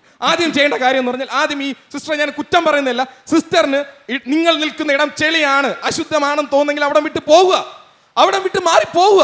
അവിടെ വിട്ട് മാറി പോയിട്ട് പുറത്ത് നിങ്ങൾ എതിർക്കുക.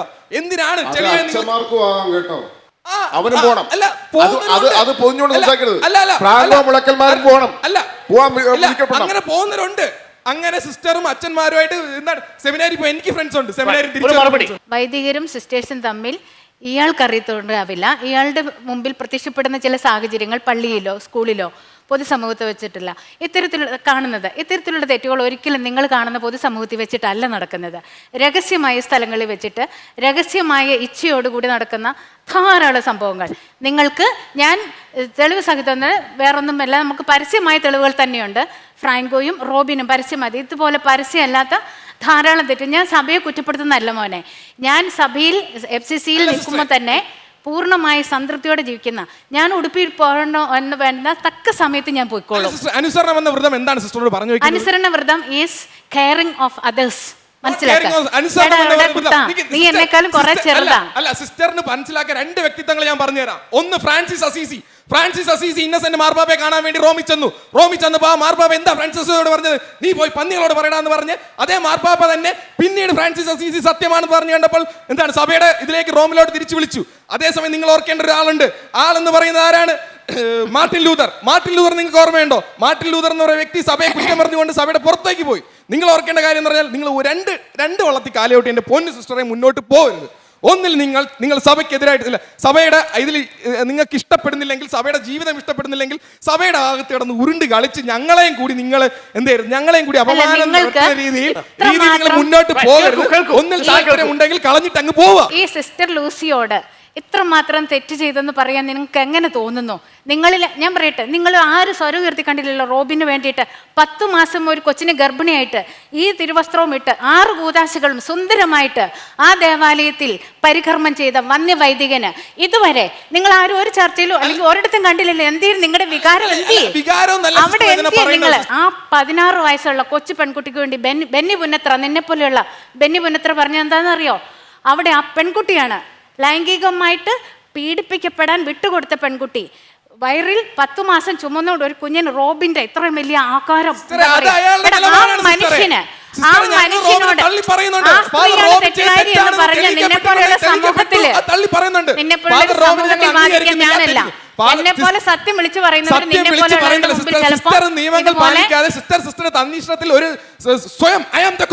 അനുസരണം എന്താണെന്ന് മനസ്സിലാക്കാത്ത അനുസരണം ബ്രഹ്മചര്യം അല്ല അതിന്റെ പാട്ട് എനിക്കറിയില്ല. ഐ ആം ദ കോൺഗ്രേഷൻ എന്ന് പറഞ്ഞ് ജീവിക്കുന്ന സിസ്റ്ററിനോട് ഞങ്ങൾക്ക് എന്നും എതിർപ്പാണ്.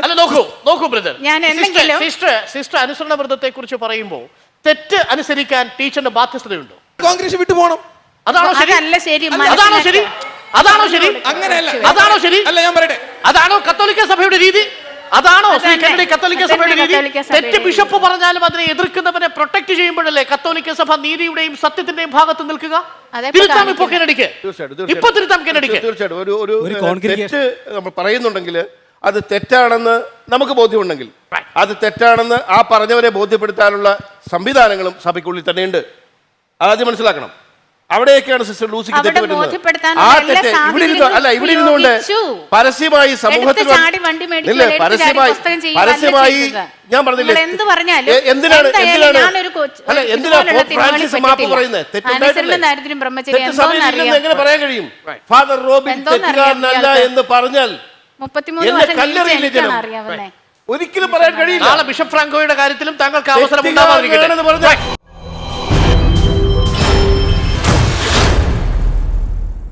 സിസ്റ്റർ പറയുകയുണ്ടായി 33 വർഷം ജീവിച്ച കഥകളെല്ലാം പറയുന്നു. എനിക്കിപ്പോൾ സിസ്റ്ററിന് ഇത്രയും നേരത്തെ പ്രഭാഷണം കേട്ടപ്പോൾ തോന്നുന്ന ഒരു കാര്യം എന്ന് പറയുന്നത്, 50 പേരെ ഒരുമിച്ചൊരു ഉത്സവപ്പറമ്പിൽ പോയിട്ട് ഒരാൾ വന്ന് മൈക്കിൽ പറയുകയാണ് 49 പേരെ കാണുന്നില്ല എന്ന് പറഞ്ഞ പോലെയാണ് സിസ്റ്റർ പറയുന്നത്. ഈ 7034 പേരുള്ളതിൽ സിസ്റ്റർക്ക് മാത്രം ഒരു ദിവ്യ വെളിച്ചം കിട്ടി എന്നുള്ള രീതിയിലാണ് സിസ്റ്ററിൻ്റെ സംസാരം കേൾക്കുന്നത്. ഇനി സിസ്റ്ററിൻ്റെ കോൺഗ്രിഗേഷന് സിസ്റ്ററിന് അറിയാമായിരിക്കും വിശുദ്ധ പാദ്രി പിയോയെ കുറിച്ച്. അദ്ദേഹത്തിന് 2 വർഷം വിശുദ്ധ കുർബാന വിലക്കുണ്ടായിരുന്നു. അനുസരണം എന്നുള്ള വ്രതമുള്ളത് കൊണ്ട് തന്നെ അദ്ദേഹം അതിൽ നിന്ന് മാറി നിന്ന് പിന്നീട് കത്തോലിക്ക സഭ ഏറെ ആദരിക്കുന്ന ഒരു വിശുദ്ധനാണ് വിശുദ്ധ പാദ്രി പിയോ. അപ്പോൾ അനുസരണം എന്ന് പറയുന്ന ഒരു വ്രതം എടുത്തിട്ട് അതിന് നേരെ വിരുദ്ധമായിട്ട് എൻ്റെ സഭയിൽ എല്ലാവരും തെറ്റാണ്, ഞാൻ മാത്രം ശരിയാണ്, സിസ്റ്റർ ഇത്രയും നേരം സിസ്റ്റർ ഇത്രയും നേരം പറഞ്ഞതിൽ നിന്ന് ഒരു കാര്യം ഒന്ന് സൂചിപ്പിച്ചോട്ടെ ദയവേദി ഇവിടെ. അല്ലല്ല, അങ്ങനെയല്ല, ഞാൻ പറഞ്ഞു വന്നിരുന്ന പോയിന്റ് ഇതാണ്. സിസ്റ്റർ ഇപ്പോഴും പറയുന്നത് ഒരു ഫാദർ റോബിന്റെ കാര്യം ബിഷപ്പ് ഫാങ്കയുടെ കാര്യമാണ്. അവർ തെറ്റ് ചെയ്തെങ്കിൽ അവർ ശിക്ഷിക്കപ്പെടണം. അതിനാണ് ഞങ്ങളുടെ നിലപാട്. മറ്റുള്ളവരുടെ തെറ്റ് ചൂണ്ടിക്കാണിച്ചുകൊണ്ട് ഞാൻ ശരിയാണെന്ന് പറയുന്ന നിലപാട് ശരിയല്ല. എന്റെ ശരികൾ കൊണ്ട് അപ്പോഴും ഈ സിസ്റ്റർ ചെയ്ത തെറ്റെന്തൊക്കെയാ? 1 ഡ്രൈവിംഗ് ലൈസൻസ്, 2 കാറ്, അതായത് ഒരു നിലാവിന്റെ പ്രേമം, 4 തിരുവസ്ത്രമിടാതെ ഈ രാത്രികാലങ്ങളിൽ ചുരിദാറിട്ട് നടന്നു, അത് ഫേസ്ബുക്കിൽ പോസ്റ്റ് ചെയ്തു. ഈ പ്രത്യേക വസ്ത്രം, ഈ പ്രത്യേക വസ്ത്രത്തെ തിരുവസ്ത്രമായിട്ട് പോലും കണക്കാക്കുന്നുണ്ടെങ്കിൽ പോവുക, അതല്ല ഏറ്റവും നല്ല ഓപ്ഷൻ. ബ്രദർ കേൾക്കൂ, ഇത് 4 സിസ്റ്റർ ലൂസ് ചെയ്ത തെറ്റാണെന്ന് ഒരു കത്തോലിക്ക വിശ്വാസിയും ഈ 21ാം നൂറ്റാണ്ടിൽ ജീവിക്കുന്ന ചെറുപ്പക്കാരനുമായ താങ്കൾക്ക് തോന്നുന്നുണ്ടോ? ഒരു സന്യാസി എന്നുള്ള നിലയിൽ ജീവിക്കുമ്പോൾ ഒരു സന്യാസി സമൂഹത്തിന്റെ നിയമങ്ങൾ പാലിക്കണം. ഒരു സിസ്റ്റത്തിലായിരിക്കുമ്പോൾ ആ സിസ്റ്റത്തിന്റെ നിയമങ്ങൾ പാലിക്കാൻ തയ്യാറായിരിക്കണം. ആ സിസ്റ്റത്തിന് ഈ ജനാധിപത്യ വ്യവസ്ഥയിൽ പ്രവർത്തിക്കുമ്പോൾ പൊതുജനത്തെയും വിശ്വാസികളെയും ബോധ്യപ്പെടുത്താനുള്ള ഉത്തരവാദിത്വം കൂടിയുണ്ട്. സിസ്റ്ററിന് ചുരിദാർ ഇടാനും ഡ്രൈവിംഗ് ലൈസൻസ് എടുക്കാനും കാർ എടുക്കാനും ഉള്ള സ്വാതന്ത്ര്യം സിസ്റ്റർക്ക് ഉണ്ട്. സിസ്റ്റർക്ക് പുറത്തു പോകാം, പക്ഷെ ഇതിനുള്ളിൽ നിന്നുകൊണ്ടല്ല. കൈയടിക്കുന്നതിന് മുമ്പ് കാര്യം മനസ്സിലാക്കാം. കാലഘട്ടത്തിൽ ഒരു FCC കോൺഗ്രിഗേഷന്റെ അംഗമായിരിക്കുമ്പോൾ അത് പാടില്ല. ഞാൻ ആദ്യം പറഞ്ഞൊരു പോയിന്റ് ഉണ്ട്, ഈ കോൺഗ്രിഗേഷനിലെ മറ്റുള്ളവർക്ക് അനുമതി കൊടുക്കുന്നു. ഞാനൊരു അധ്യാപികയായതുകൊണ്ടാണ് ഞാൻ ഇവിടെ ഒരു സാരി ഉടുത്ത് വന്നത്. ഈ സാരിക്കുള്ള മഹത്വം ഒരു ചുരിദാറിനില്ല. ഞാൻ ചുരിദാർ ഇടുന്ന വ്യക്തിയാണ്. ഞാനൊരു സാരി ഉടുത്ത് വന്നത് എൻ്റെ ഒരു കൂട്ടത്തിൽ പോകുമ്പോൾ എൻ്റെ മക്കളും ചെറുമക്കളും ഞാനും ചുരിദാറിട്ട് പോകുമ്പോൾ എനിക്ക് അതിൻ്റെ ഉള്ള റെസ്പെക്റ്റ് കിട്ടത്തില്ല.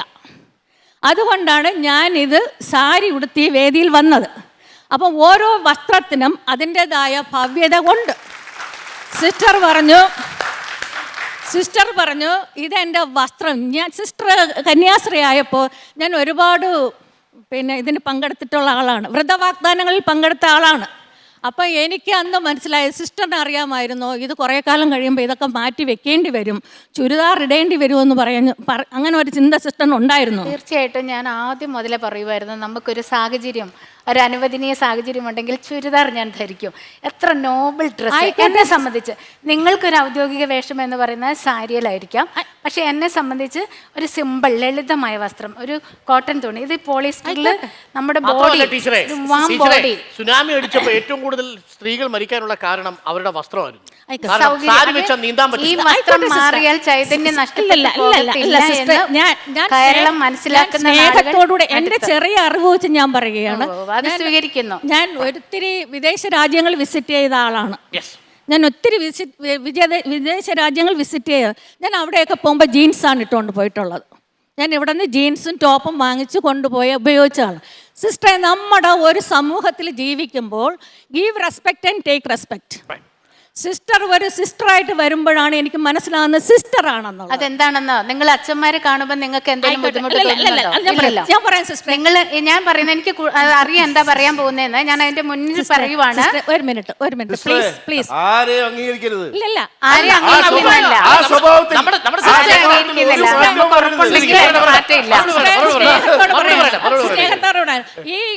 ഈ തിരുവനന്തപുരം രൂപതയിലും തിരുവസ്ത്രമല്ല, വസ്ത്രമാണ്. ആയിക്കോട്ടെ. പക്ഷേ ഒരിടയ്ക്ക് ഈ പ്രീസ്റ്റുമാരെല്ലാവരും ലോഹ തന്നെയാണ് ഉപയോഗിച്ചുകൊണ്ടിരുന്നത്. ഇടയ്ക്ക് ഒരു പ്രശ്നം വന്നതെന്ന് പറഞ്ഞാൽ വർഗീയ കലാപം ഒരിടയ്ക്ക് ഉണ്ടായി. ഞാൻ ഏരിയ പറയുന്നില്ല. വർഗീയ കലാപം ഉണ്ടായപ്പോൾ അവർ രക്ഷപ്പെടാൻ വേണ്ടിയാണ് അവർക്ക് ഈ പാൻറ് ഷർട്ടും അനുവദിച്ചു കൊടുത്തത്. അതൊക്കെ എനിക്കറിയാവുന്നതാണ്. പക്ഷേ സിസ്റ്ററെ, ഞാൻ സ്നേഹത്തോടെ റെസ്പെക്റ്റോടുകൂടെ പറയുന്നത് അതൊന്ന് മാറ്റി പിടിച്ചൂടെ, ആ ചിന്താഗതി ഒന്ന് മാറ്റി പിടിച്ചൂടെ എന്ന് എനിക്കൊരു റിക്വസ്റ്റ് ഉണ്ട്. വേറൊരു കാര്യം, എനിക്ക് എല്ലാവരും മാറ്റാൻ ശ്രമിക്കുന്ന ഒരു കാലഘട്ടം പ്രതീക്ഷിച്ചിരിക്കുന്നയാളെ ഈ ടീച്ചറിന്റെ പേരിൽ മാറി ചിന്തിക്കേണ്ട ഒരു ആവശ്യം ഇല്ല. ഞാൻ ചെറിയൊരു അഭിപ്രായം പറയാണ്. പിന്നെ നമ്മൾ കുടുംബത്തിൽ ജീവിക്കുമ്പോഴും നമുക്ക് അഭിപ്രായ വ്യത്യാസങ്ങൾ ഉണ്ടാകും. പക്ഷെ എനിക്കിപ്പം ഒരു കാർ വേണമെന്ന് ഞാൻ ആഗ്രഹിച്ചാൽ എൻ്റെ ഹസ്ബൻഡ് പറയും നമുക്കിപ്പോൾ കാർ വേണ്ടടേ എന്ന് പറഞ്ഞാൽ ഞങ്ങൾ വിടണം സിസ്റ്ററെ. കാരണമെന്ന് പറഞ്ഞാൽ ഇത്രയും ഒരു കോലാഹലം ഉണ്ടായിരിക്കുമ്പോൾ പിന്നെയും പിന്നെ ഒരു പ്രശ്നങ്ങൾ ഉണ്ടാക്കി നമ്മൾ അത് കുറച്ച് വികൃതപ്പെടുത്തുന്നതിനേക്കാളും ചില കാര്യങ്ങൾ ഒതുങ്ങിക്കൂടെ എന്നുള്ള ഒരു മനോഭാവം എനിക്കൊരു റിക്വസ്റ്റ് എനിക്കുണ്ട്. സിസ്റ്ററെ, ഞാനിത് സിസ്റ്ററിനെ ഒരു രീതിയിലും കുറ്റം പറയാൻ വളരെ സ്നേഹത്തോടും റെസ്പെക്റ്റോടും കൂടെ പറയുകയാണ്. സർക്കാർ സ്കൂളുകളിൽ പഠിപ്പിക്കുന്ന എല്ലാ അധ്യാപകരും സാരി ഉടുത്തുകൊണ്ടിരുന്നൊരു കാലഘട്ടമുണ്ട്. അതിന് ഒരു മാറ്റം വന്ന ഒരു കാലഘട്ടം, ഏകദേശം ഒരു 10 വർഷത്തോളമായി അതിനൊരു മാറ്റം വന്നു. ആ മാറ്റത്തെ കേരളം മുഴുവൻ സ്ത്രീകളും വല്ലാതെ ആകർഷിച്ച് അതിനെ സ്വാഗതം ചെയ്തു. ഗുരുവായൂർ അമ്പലത്തിൽ കയറാനതിനും ചുരിദാറാക്കി. അതുകൊണ്ട് ടീച്ചറിന്റെ ആ ചിന്താഗതിക്ക് ഒരു മാറ്റം വരുത്തുക. സൗകര്യപ്രദമായ ഡ്രസ്സിൽ കന്യാസ്ത്രീകളെ കാണാനുള്ള മാനസിക വലിപ്പം വെക്കുക, അത്രമാത്രം. അവരുടെ സന്യാസത്തിൽ നിന്ന്, വസ്ത്രത്തിൽ നിന്നല്ല തിരിച്ചറിയേണ്ടത്. I appreciate the boldness. I appreciate your stand. Thank you. And we appreciate your stand. പക്ഷേ 7034 പേരിൽ 7033 പേർ ഒപ്പം ഇല്ലാതിരിക്കുമ്പോഴും ഈ ഫൈറ്റിന് ഇറങ്ങിത്തിരിക്കുന്നതിനുള്ള അപ്രീസിയേഷൻ പക്ഷെ അന്തിമ വിധി ജഡ്ജിൻ്റെതാണ്, ന്യായാധിപയുടേതാണ്. Over to you ma'am. ലോകം മുഴുവനും മാറ്റങ്ങളുടെ ഒരു കാലത്തിലാണ് നമ്മൾ ജീവിക്കുന്നത്. സിസ്റ്റർ ഒരു പ്രാവശ്യം പറഞ്ഞു, സിസ്റ്റർക്ക് എങ്ങനെയാണ് ഈ പുരോഗമന ചിന്താഗതി ഉണ്ടായെന്ന് പറഞ്ഞപ്പോൾ ടെലിവിഷനും മറ്റ് മാധ്യമങ്ങളിലൂടെയുള്ള അറിവാണെന്ന് പറഞ്ഞു. ആ അറിവ് സാമാന്യ ജനങ്ങളിൽ കൂടെ എത്തേണ്ട കാലം കഴിഞ്ഞിരിക്കുകയാണ്. ഇപ്പോൾ ഒരു സ്ത്രീക്ക്, ഒരു ചൂഷണം ചെയ്യപ്പെട്ട ഒരു സ്ത്രീ പണ്ടൊക്കെ അടങ്ങി ഒതുങ്ങി മിണ്ടാതെ വരുമായിരുന്നു. ഇപ്പോൾ അത് പുറത്ത് പറയാനുള്ള തൻ്റെ ഇടം വന്നു. അത് സിസ്റ്റേഴ്സിനും കൂടെ വന്നതാണ്. വളരെ ഈ അടുത്ത കാലത്ത് നടന്ന ഏറ്റവും വലിയ ചരിത്ര സംഭവം എന്ന് പറഞ്ഞാൽ അവർ പുറത്ത് പറയാൻ തുടങ്ങി എന്നുള്ളതാണ്. സിസ്റ്റർ ഇപ്പോൾ ഞാൻ പറയും, ഇദ്ദേഹം പറഞ്ഞു, ഇവരെല്ലാം പറഞ്ഞു വസ്ത്രധാരണത്തെക്കുറിച്ച്. ഈ സിസ്റ്റേഴ്സ് ഒളിമ്പിക്സിൽ മത്സരിക്കുന്നുണ്ട്. ഈ വസ്ത്രം ഇട്ടല്ല മത്സരിക്കുന്നത്. എന്തുകൊണ്ട് നമുക്ക് മാറിക്കൂടാ? ഒരു വസ്ത്രമല്ല ഒരാളിനെ, ഒരു വ്യക്തിയെ തീരുമാനിക്കുന്നത്. തീർച്ചയായിട്ടും വസ്ത്രമല്ല. അവർ പൂജാ സമയത്തോ അല്ലെങ്കിൽ കുദാശ ചെയ്യുമ്പോഴോ അവരവരുടെ വസ്ത്രം ഇടണം. തീർച്ചയായിട്ടും ആ ഒരു യൂണിഫോം അവരിടണം. അതല്ലാത്ത സമയത്ത് പൊതുപ്രവർത്തനത്തിന് ഇറങ്ങുമ്പോൾ അവർക്ക് അവരുടെ ഇഷ്ടമുള്ളൊരു വസ്ത്രം, എന്ന് വെച്ചാൽ ഇഷ്ടമുള്ള വസ്ത്രം എന്നല്ല, ചുരിദാർ പോലെ മാന്യമായ ഒരു വസ്ത്രം അല്ലെ ഒരു സാരി ധരിച്ചത് കൊണ്ട് ഒരു മോശം വരുമെന്ന് എനിക്ക് കണ്ടെത്താൻ കഴിഞ്ഞിട്ടില്ല. മറ്റൊരു കാര്യം എനിക്ക് പറയാനുള്ളത്, മിസ്റ്റർ കന്നഡി പോലും ഇപ്പോൾ മാറി ചിന്തിച്ചു എന്നുള്ളതാണ്. ആദ്യം വന്ന അതേ അഗ്രസീവ് മെൻറ്റാലിറ്റി അദ്ദേഹത്തിനില്ല. അദ്ദേഹം ഫ്രാങ്കോ മുളയ്ക്കലിനെ കഠിനമായിട്ട് സപ്പോർട്ട് ചെയ്യുന്നെങ്കിലും സിസ്റ്ററിൻ്റെ പല കാര്യത്തിലും അദ്ദേഹത്തിന് സപ്പോർട്ടുണ്ട്. അപ്പോൾ ജനകീയ കോടതി വഴി ഇത്തരം ചർച്ചകൾ പോകുമ്പോൾ ജനസാമാന്യത്തിന് ഇതൊരു അടഞ്ഞ കോടതിയല്ലല്ലോ. അപ്പോൾ ജനങ്ങൾക്ക് കുറേ അധികം കാര്യങ്ങൾ മനസ്സിലാക്കാനുണ്ട്. ഇവരുടെ സഭയിലുള്ളത് ഇവർ തന്നെ ചർച്ച ചെയ്ത് തീരുമാനിച്ചുകൊണ്ടിരുന്ന കാര്യങ്ങളാണ്. പൊതുസമൂഹമാണ് ഇപ്പോൾ അറിയുന്നത് ഇങ്ങനെയുള്ള പീഡനങ്ങൾ, ഇങ്ങനെയുള്ള വിഷമങ്ങൾ, ഇങ്ങനെയുള്ള ചിന്താഗതി. ഒരു കാറ് വാങ്ങിക്കാനോ ഒരു ലൈസൻസ് എടുക്കാനോ പോലും വിഷമമുള്ള ഒരവസ്ഥയിലാണ് കന്യാസ്ത്രീകൾ. പുരുഷന്മാർക്ക് അത്രയില്ല.